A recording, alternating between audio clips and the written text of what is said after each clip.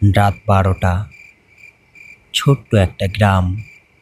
পাশেই বনের গভীরে একটা পুরনো পরিত্যক্ত বাড়ি। সবাই বলে ওই বাড়িতে গেলে মানুষ আর ফিরে আসে না। পঞ্চু একজন কৌতূহলী কিশোর। তার বন্ধুকে চ্যালেঞ্জ দেয়, তোর সাহস থাকলে ওই বাড়িতে ৫ মিনিট দাঁড়িয়ে দেখা।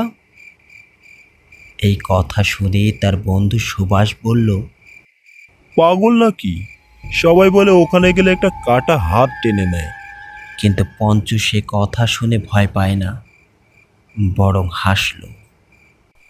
সে যে ভীতু নয় সেটা প্রমাণ করতে একা চলে যায় সেই বাড়ির দিকে। চারদিক নিস্তব্ধ, শুধু ঝিঝি পোকার ডাক ছাড়া কিছুই শোনা যাচ্ছে না। মাঝে মাঝে দূর থেকে ভেসে আসছে শেয়ালের ভয়ানক ডাক। নিঝুম রাতে পথ ধরে একাই যেতে লাগলো পঞ্চু। যেতে যেতে একসময় পৌঁছে যায় বাড়িটির কাছে। বাড়িটি একেবারে জঙ্গলের শেষ মাথায়। পঞ্চু ধীরে ধীরে বাড়ির দরজা ঠেলে ভেতরে ঢোকে। ভেতরে ঢোকার কিছুক্ষণ পরেই হঠাৎ দরজা আপনা আপনি বন্ধ হয়ে যায়।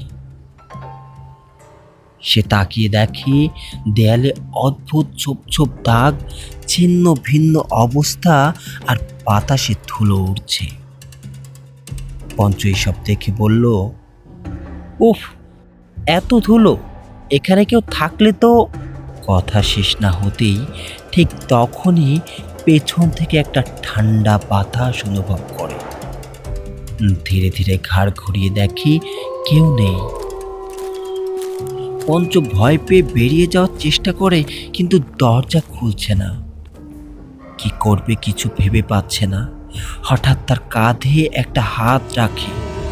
পঞ্চু চিৎকার করে ওঠে, কিন্তু কিছুই দেখতে পায় না।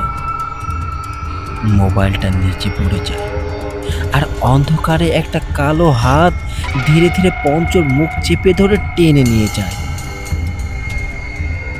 পঞ্চু চেঁচানোর চেষ্টা করে, কিন্তু তার গলা দিয়ে কোনো শব্দ বের হয় না। পরদিন সকালে গ্রামের লোকজন বাড়ির দরজা খোলা পায়, কিন্তু পঞ্চুকে আর খুঁজে পাওয়া যায় না। শুধু মাটিতে পড়ে থাকে তার মোবাইল, এবং তার স্ক্রিনে লেখা থাকে, তুমিও কি এই বাড়ি আসবে?